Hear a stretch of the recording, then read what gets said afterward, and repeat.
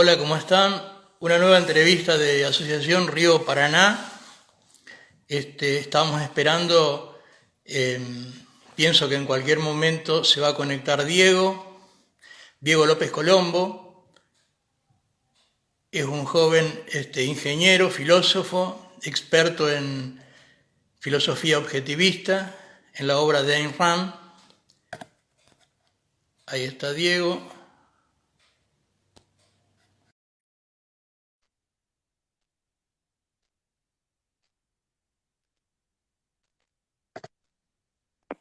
Hola Diego, buenas noches. Hola, ¿qué tal? ¿Cómo estás? ¿Qué tal? Muy bien, muchas gracias.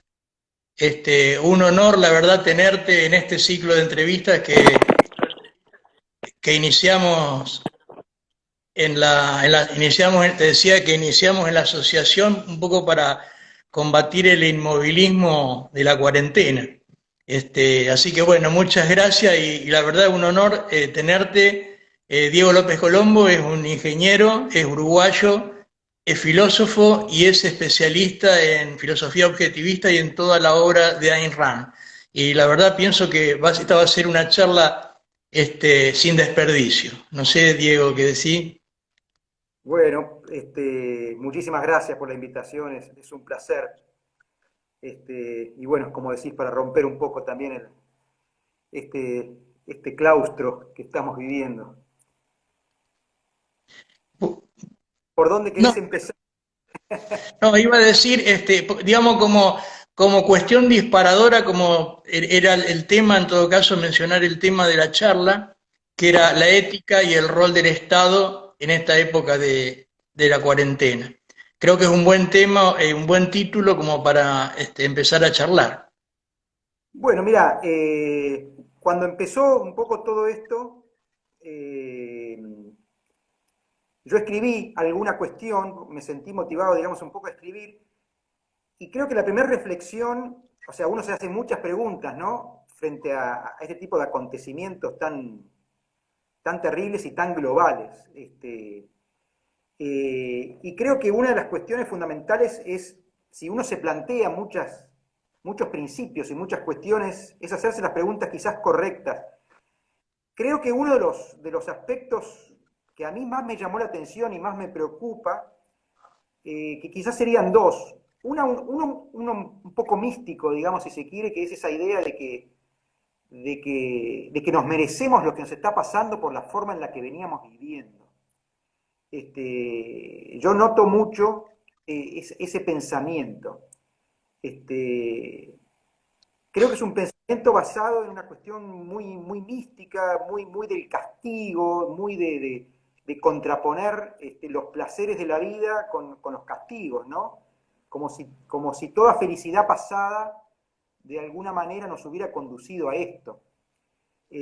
Por otro lado, el representante quizás de esa bonanza que teníamos, de ese progreso, porque creo que en términos generales muchas veces se culpa al progreso, ¿no? Desde muchas ramas.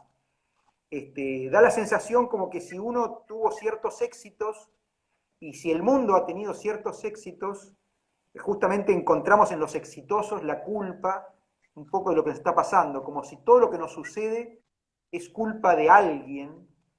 Creo que ese es un punto que a mí me preocupa mucho. O sea, autoasignarnos culpas absolutamente inmerecidas. Y por supuesto, cuando uno elige los éxitos para buscar culpables, claramente, por ejemplo, el capitalismo o el éxito de los países desarrollados, que viven mejor, también forman parte de los primeros a los que se acusa, ¿no? Como si todo esto que estuviera ocurriendo, que está ocurriendo, tiene un foco de culpa en ese sentido. Es decir, todo aquello que era fuente de placer, que era fuente de progreso, y que de alguna manera llevaba a las personas a vivir mejor, hoy se ven como banalidades y como cuestiones que uno que las asocian psicológicamente con la culpa de lo que nos está pasando. Ese es un punto, me parece terrible, me parece un autocastigo innecesario, me parece que forma parte también de esta mentalidad que tenemos en contra del bien. En el fondo tenemos una ética que castiga al que progresa, que castiga la virtud y que ve como una gran fuente de humanidad o quién sabe, en los puntos en los que ellos consideran que el bien en general proviene de lo humilde, de lo pobre, de lo carente, de la ignorancia y no del conocimiento, del vicio y no de la virtud.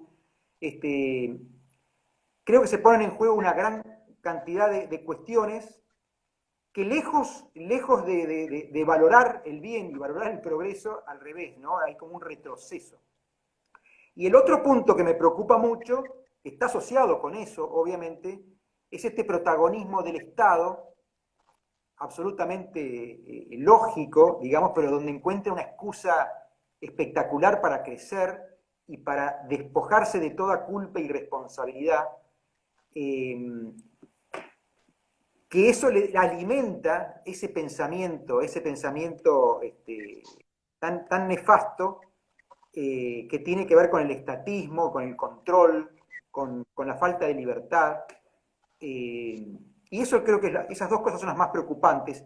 Y yo creo que los principios que uno tiene, y particularmente yo que me gusta el objetivismo y que lo difundo, me puse a pensar cuáles son los principios que están en juego, y de qué manera esos principios se reafirman o se cuestionan. Y bueno, un poco escribí en función de eso, y creo que hay que tenerlo más en cuenta que nunca.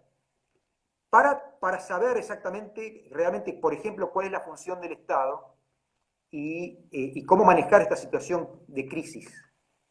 Pero bueno, ahí se abren muchas aristas, ¿no? De dónde seguir la Claro. conversación. No, no, yo tengo presente una cosa que me quedó, digamos, de la lectura de Rain, donde ella dice en algún momento, la filosofía es la que moldea la mente de las personas. Ella, por supuesto, es muy racionalista en todo su planteo. Ella dice, la filosofía, en algún lado dice, la filosofía es la que moldea la mente de las personas. Y en función de ese molde, digamos, o del molde donde está la mente de las personas, el resultado va a ser bueno o va a ser malo. Si la, digamos, cómo la filosofía un poco conduce la acción humana en función de lo que cada uno cree. Entonces, y ella dice, una filosofía consciente, una filosofía racional, una filosofía lógica y sobre todo consciente en el desarrollo humano va a llevar a un resultado. Y una filosofía que no tiene ninguna coherencia, que es el resultado de ideas o de cosas que van apareciendo en la vida y inconexa una con otra, va a llevar a otro resultado.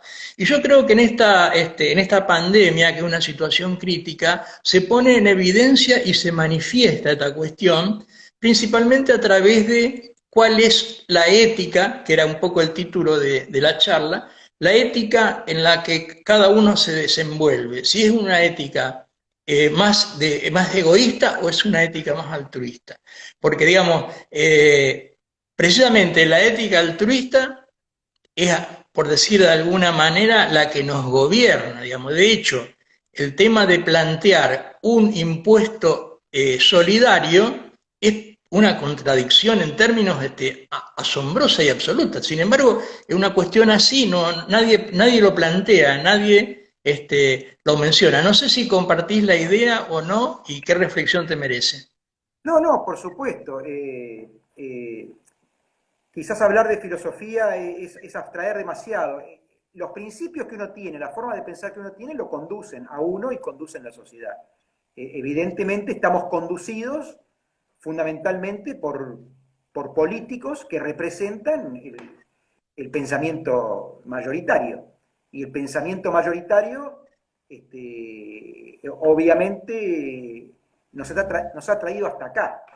¿Y a dónde nos trajo? Por lo menos a los países de Latinoamérica, nos trajo a una decadencia total y nos trajo, en este caso, en el caso de Argentina, aunque habrá gente de otros países que está escuchando, pero en general en Latinoamérica, con un Estado que está quebrado, que ahora se quiere poner el traje de Superman y salvarnos a todos, cuando en realidad no tiene ningún recurso, y los únicos recursos que tienen sigue siendo de aquellas personas que realmente manejan bien su mente y producen, y eso que producen es arrebatado prácticamente en forma inmediata a todo el mundo, no solamente al que más produce, sino a todos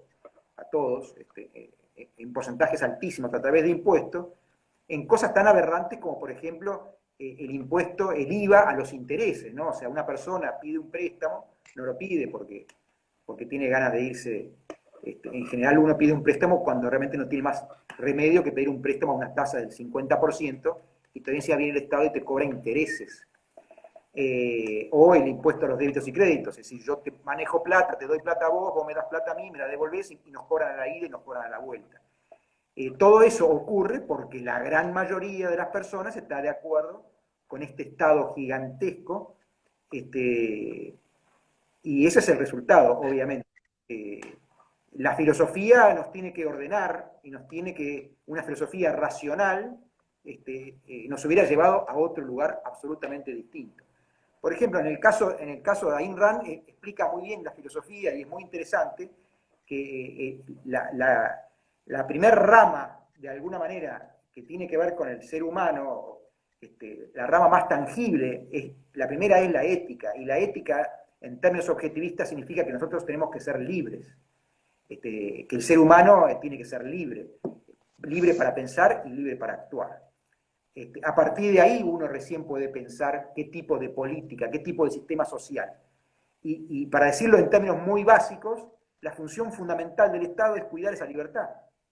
La función fundamental del Estado es proteger la libertad. Obviamente cosa que no está haciendo.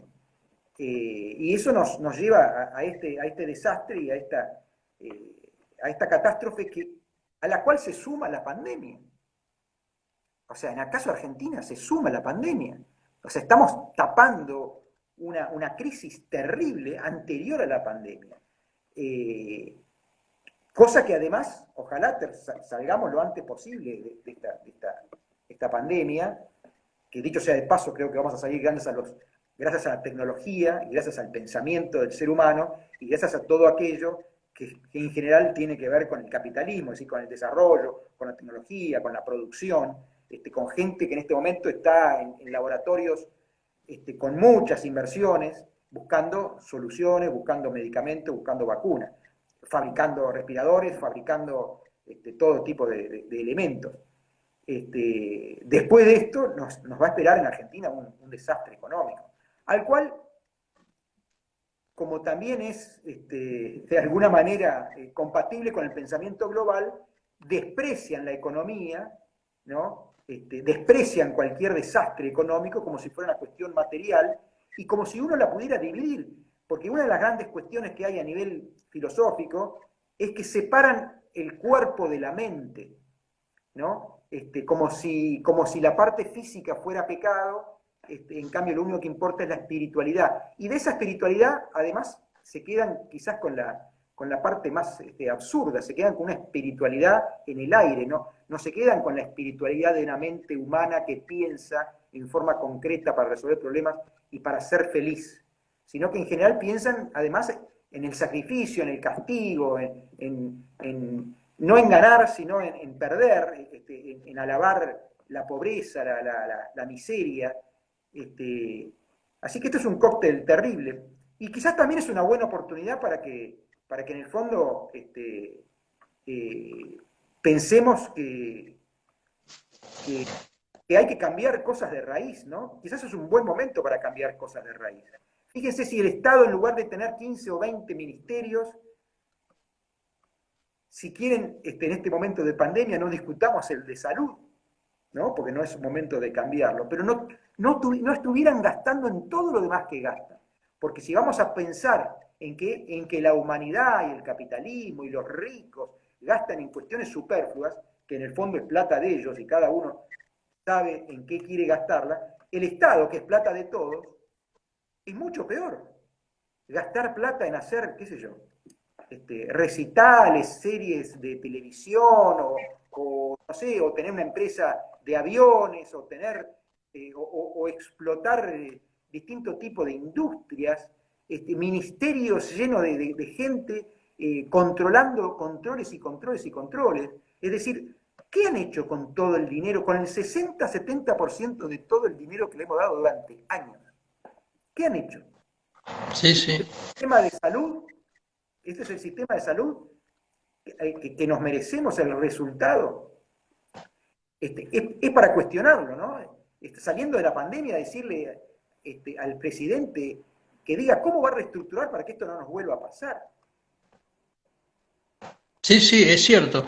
Mirá, hay cuestiones precisamente de lo que estamos hablando que se mencionan como bienestar general, grandes eslogan que tiene el sistema, que dice, se dice por el bienestar general, por el interés general. eh, Son todas palabras, digamos, que tienen que ver un poco con la ética a la que estamos acostumbrados, que es la ética del altruismo. No sé si compartís eso. Sí, sí, por supuesto. A ver, hay dos grandes palabras contrapuestas que quizás muestran la crisis ética que tenemos. Son altruismo y egoísmo. El motor del mundo, y eso no lo puede discutir nadie, cualquier persona desde que se levanta hasta que se acuesta, lo que hace es buscar su interés, ver exactamente qué es lo que quiere hacer, con buen criterio o con mal criterio. Inclusive hasta un delincuente. Hasta un delincuente busca qué es lo que quiere hacer. No solo un delincuente, también un santo. Un santo que da su vida por, no sé, por algún tipo de causa, también tiene un interés. O sea que el motor de las personas es el interés. El interés correcto, digamos, racional, que no es aquel interés en salir a matar gente, sino el interés por producir, a Ayn Rand le llama el egoísmo racional. Pero ¿cuál es la palabra natural del castellano para nombrar esa gran virtud, que es luchar por tus intereses? Si uno pudiera sacar una foto de una sociedad, de toda la gente, hoy lamentablemente parece una foto de la historia, ¿no? Pero en una peatonal lleno de gente caminando o en una ciudad, la gente se levanta a la mañana y va por sus ideales, es decir, busca sus intereses, los compara valores y actúa en función de sus intereses para progresar. Bueno, ¿cuál es la palabra que le hemos puesto a esa gran virtud o ese gran motor inicial? Eso se llama egoísmo, es el interés propio, es buscar. Bueno, esa palabra en el castellano y Vox Populi es una mala palabra.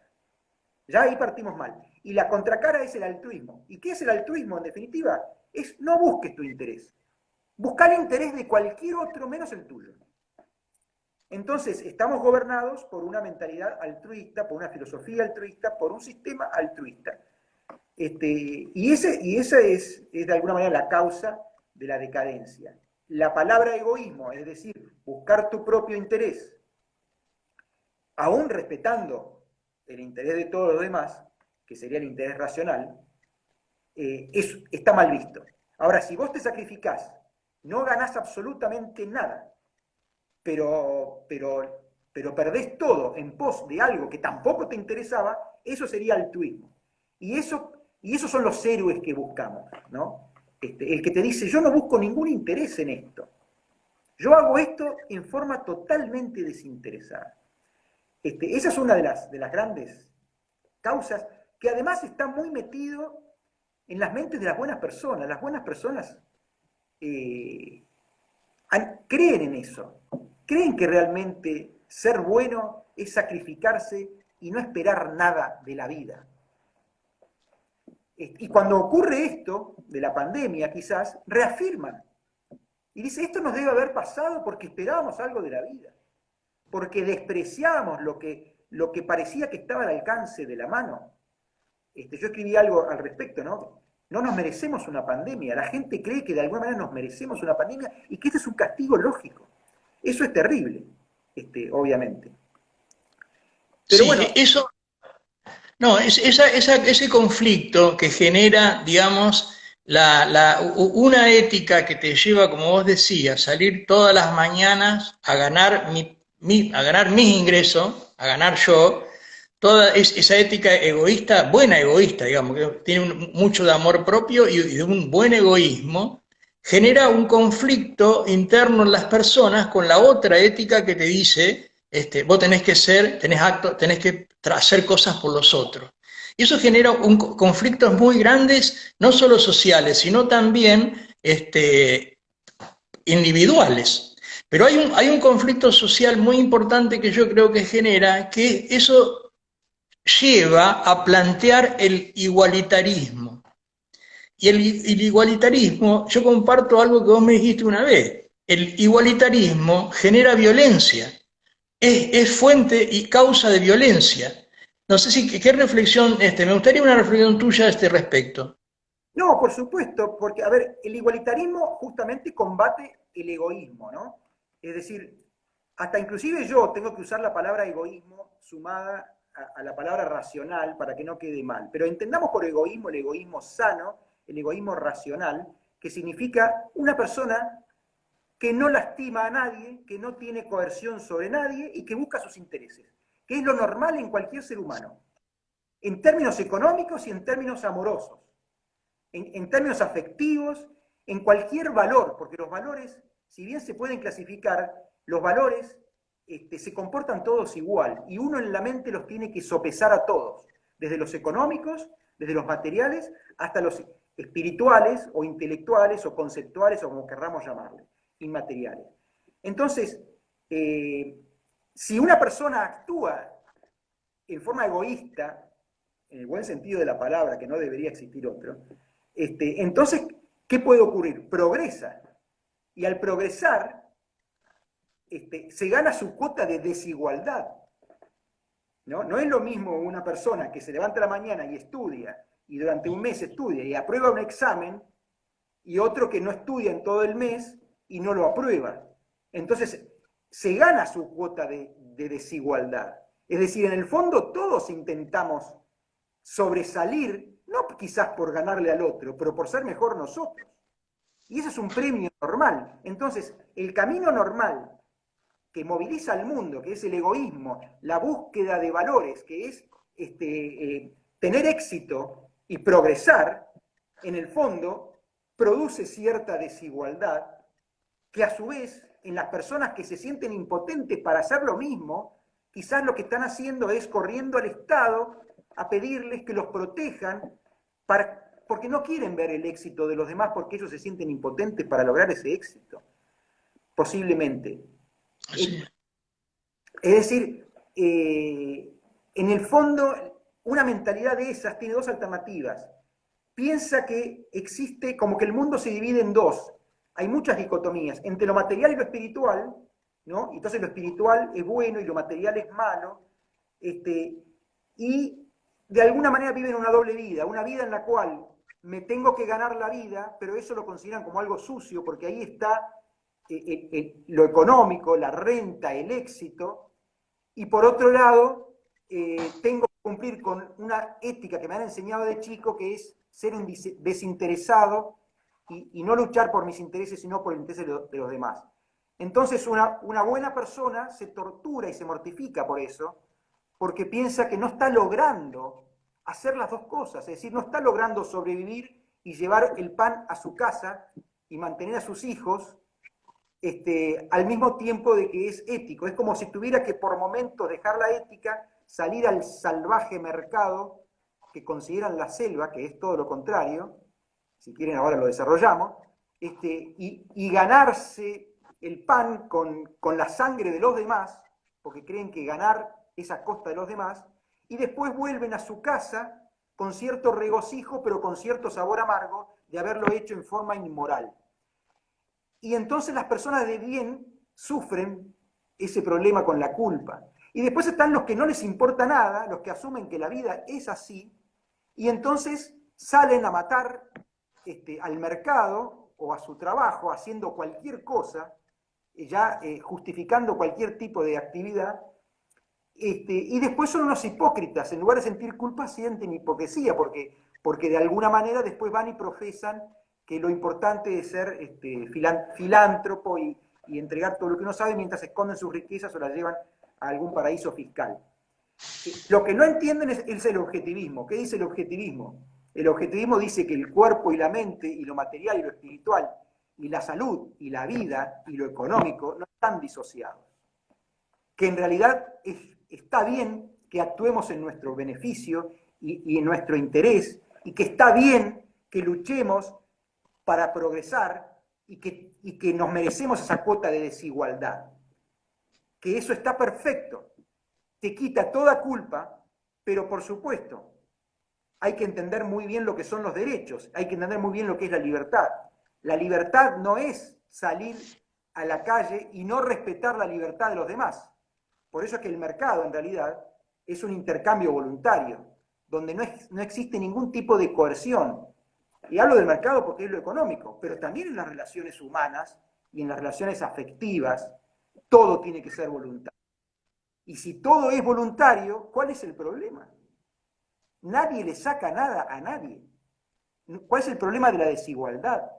¿Cuál es el problema de que alguien sea muy rico? Ojalá la gente rica de hoy, como Bill Gates, pueda invertir 2.000 millones de dólares en conseguir la vacuna. Y ojalá se haga más rico todavía si la consigue. Bueno, precisamente respecto de ese tema, te voy a bajar, digamos, a un tema del día o de estos días, que es el tema este de que están tratando en el Congreso un nuevo impuesto, digamos, en una situación que ya es insostenible para todos, porque eso ya no se trata del comerciante o del industrial o del campo o del rico. Esta situación en la que tenemos hoy ya no tiene ningún sentido, ha perdido absolutamente cualquier justificación el pago de impuestos, digamos. Hoy yo creo que, sinceramente, deberíamos absolutamente dejar de pagar impuestos. Sin embargo, digamos, los grupos de poder político no solo no hacen ningún gesto concreto en pos de bajar el gasto público, sino que parece como una burla o como una provocación, eso yo sinceramente no lo tengo claro, que aparecen proyectos para poner más impuestos y dicen, no, pero no se preocupen, que es para los ricos. Sí, no, por supuesto. A ver, el campo ético y el pensamiento que existe en ellos le da un momento propicio para hacer todas esas cosas. O sea, cuando alguien tiene una forma de pensar, actúa así en cualquier circunstancia. El estatista, el que piensa que el Estado tiene que hacer todo por nosotros, que desprecia inclusive al que le saca vía impuestos, y que se mete en la vida de todos nosotros, en un momento como este tiene el momento ideal para seguir haciendo lo mismo. Entonces no me sorprende, o sea, el daño que están haciendo es absolutamente terrible, y la verdad que hoy más que nunca habría que decir esto, ¿no? ¿Cuánto recurso inmovilizado, cuánto dinero malgastado, qué mal que estamos organizados como sociedad para poder hacer frente a este tipo de cuestiones? La tendencia de la Argentina ha sido eso, el dólar, el IVA apareció, no sé cuál fue la primera alícuota, pero después fue subiendo de 10,5 a 13, a 15, a 17, siempre en forma provisoria, y al final lo han dejado, después el impuesto al cheque, y van a seguir inventando impuestos, pero lo peor es fabricar plata. Eso es un impuesto automático, inmediato. Ellos fabrican dinero y automáticamente le están poniendo la mano en el bolsillo a todo el mundo, inclusive a aquel que le acaban de dar 10.000 pesos. Pero bueno, parece que explicar ese tipo de cosas es realista, ¿no?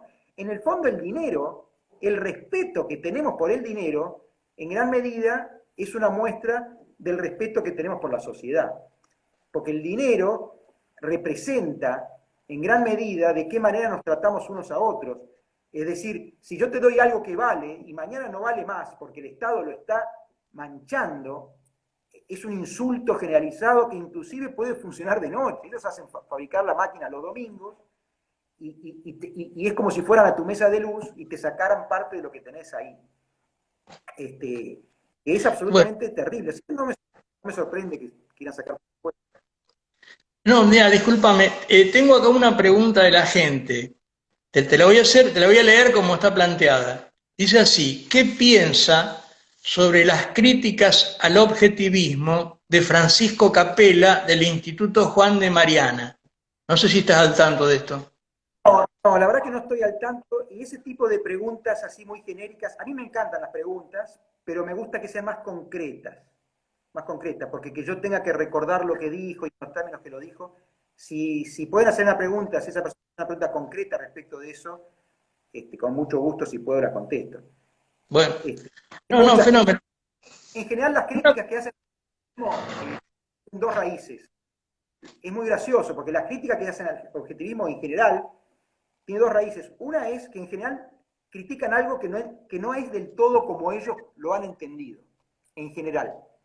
Y la otra crítica, que inclusive uno le puede hacer objetivismo, en general hay que ser objetivista para poder contestarla y para que la crítica sea coherente. Es decir, porque el objetivismo en el fondo es una forma de pensar intentando no tener fisuras. El objetivismo Claro, no es una idea abstracta. El objetivismo considera que el Estado tiene una función determinada por una razón determinada. Y considera que la ética del hombre es fundamentalmente actuar en libertad y obtener valor por una razón determinada. Y que la naturaleza del hombre es determinada no por capricho, sino por naturaleza. Es decir, en el fondo, si se quiere, todo surge de la realidad. Y obviamente es muy difícil contrarrestar la existencia de la realidad.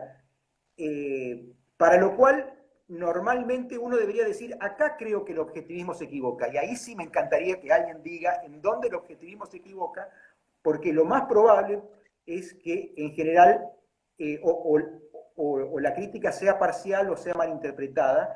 Y si de última hay un buen aporte, bienvenido sea. Este, perfecto. No, una cuestión ahora que no quiero dejar de preguntarte. El mundo en general, antes de la pandemia, venía con toda una idea de que se estaban exacerbando los nacionalismos, digamos, las regiones, lo veíamos en Europa, en varios países, el Brexit inglés, etcétera. Bueno, había todo como una tendencia del mundo hacia cerrar las fronteras. ¿Vos crees y desde tu perspectiva objetivista, ¿no? ¿Cómo crees vos que vamos a salir de esta pandemia? ¿Y por qué crees que se daba esa tendencia de las regiones y países a aislarse, cuando en realidad parecería que lo razonable y lo conveniente a todas las personas es todo lo contrario? De hecho, la Comunidad Europea significó un gran avance humanista, sobre todo para el mundo. Mirá, yo creo que lo de aislarse y unirse son cuestiones dinámicas. Por ejemplo, Estados Unidos son 50 estados. Uno los podría considerar casi como 50 países. Lo que quiso hacer la Unión Europea es casi un Estados Unidos, es decir, a ver, somos no sé cuántos países, juntémonos y algunas cuestiones que sean comunes las tenemos en una especie de Estado común. Obviamente Estados Unidos están más unidos que la Unión Europea, pero la Unión Europea tiene una moneda. Después que Inglaterra entre o salga, o que otros países entren o salgan, esas fronteras a veces son más mentales que reales, ¿no? Cuando uno dice, por ejemplo, no, hay que cerrar las fronteras de Argentina para que los productos brasileños no vengan. O sea, ¿y al final en qué quedamos? ¿Somos hermanos de los brasileros? ¿Queremos negociar? Entonces abrir las fronteras. No, porque tenemos que proteger la industria argentina. ¿Y por qué querés proteger la industria argentina frente a la brasilera, pero no la santafesina frente a la entrerriana? ¿Por qué no ponemos aduanas en las provincias? ¿Cuál es el problema que nos ha traído no tener aduanas en las provincias? ¿Cuál es el problema que uno pueda cruzar una provincia a otra sin ningún tipo de control? ¿Por qué tenemos que pensar que un control con otro país? ¿Por qué poner la frontera entre los países y no entre América del Sur y América del Norte, como sería el Mercosur? O sea, esos intentos a veces son casi cuestiones simbólicas, ¿no? ¿Por qué a veces mi vecino es mi peor enemigo o mi mejor amigo? ¿No? Tenemos que estar todos unidos. ¿Todos unidos quiénes? ¿Los entrerrianos? No, los argentinos. Ajá, y entonces los uruguayos son enemigos. No, son amigos latinoamericanos. O sea, en el fondo tienen que fluir las transacciones, tienen que fluir las amistades, las comunicaciones. Eso es lo mejor para el mundo. Inclusive, pensamientos quizás no tan objetivistas, seguramente como la canción de John Lennon, Imagina un mundo sin fronteras, en el fondo eso es la globalización, o esa otra canción, a desalambrar, o sea, son pensamientos también de izquierda, pero cuando realmente hay fronteras abiertas se asustan. Es decir, en el fondo van yendo de un extremo al otro, entre cierro todo y me protejo, o abro todo y soy un hermano, ¿no? Los argentinos hoy, es lamentable, ¿no?, lo que está pasando, pero los argentinos siempre hemos sido de abrazarnos, y hoy estamos todos encerrados, y eso quizás hoy es una amenaza. O sea, en ese sentido estamos viviendo muchas cuestiones donde más que nada necesitamos una filosofía, necesitamos entender. Y lo que tenemos que entender son los principios básicos de lo que es el ser humano. Y creo que las fronteras tienen sentido cuando tengo un país vecino que es una dictadura, ¿no? O que no respeta la libertad. Entonces yo me quiero pasar a un país que sí respete la libertad. Por eso las personas cruzan la frontera hacia Estados Unidos. Y nadie se escapa de Estados Unidos. Hoy sí, quizás por todo esto que está pasando, ¿no? Pero ¿por qué la gente no nada cientos de kilómetros para entrar en Cuba, pero sí nada para escaparse? La gente quiere libertad.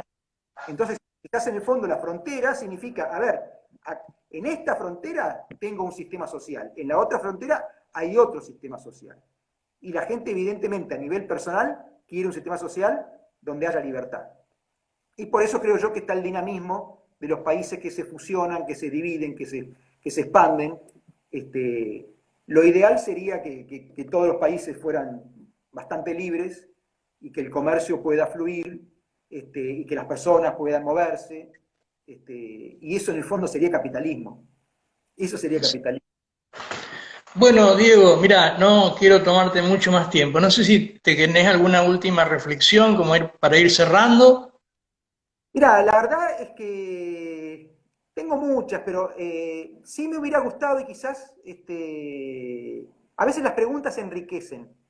¿Por qué? Porque cada persona que está escuchando seguramente tiene sus comentarios, sus dudas, y como esto da para muchos temas, la verdad que se abre en muchos temas, se podría hablar del rol del Estado, se podría hablar de lo que habría que hacer, se podría hablar a título personal.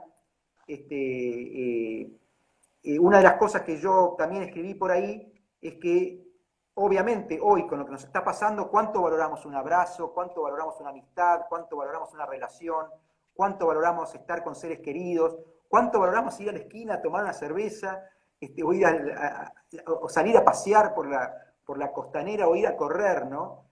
Pero eso no nos tiene que llevar a la reflexión de pensar de que todo eso lo teníamos al alcance de la mano, y que no lo valorábamos. Porque uno valora en un contexto determinado, y en ese contexto uno no es una mala persona si frente a ese contexto pone en valor ciertas cosas que quizás la escasez hace que uno modifique su escala de valores por una cuestión de costo. Entonces aquello que le resultaba muy a la mano y que lo podía hacer en todo momento, quizás lo postergaba buscando otros valores y aplicando tiempo, qué sé yo, ¿cuántas veces uno se ha quedado en su casa toda la tarde, no sé, haciendo algo? Hoy nadie quiere hacer eso. Entonces no hay que culparse por la escala de valores que uno tiene en un contexto y de golpe empieza a valorar cosas que hoy resultan escasas. No tenemos que torturarnos con eso porque evidentemente la escala de valores tiene que ver mucho con la escasez.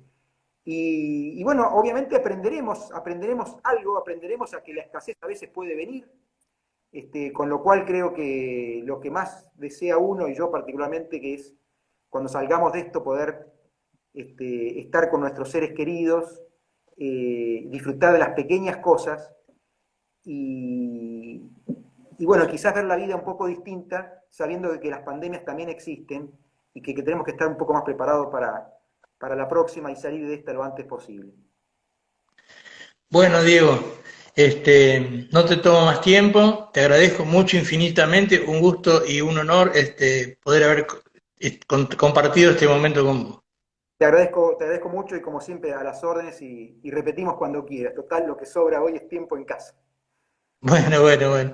Muchas gracias, ¿eh? Muy amable. Buenas Gracias noches a todos. y saludos a todos. Gracias. Muchas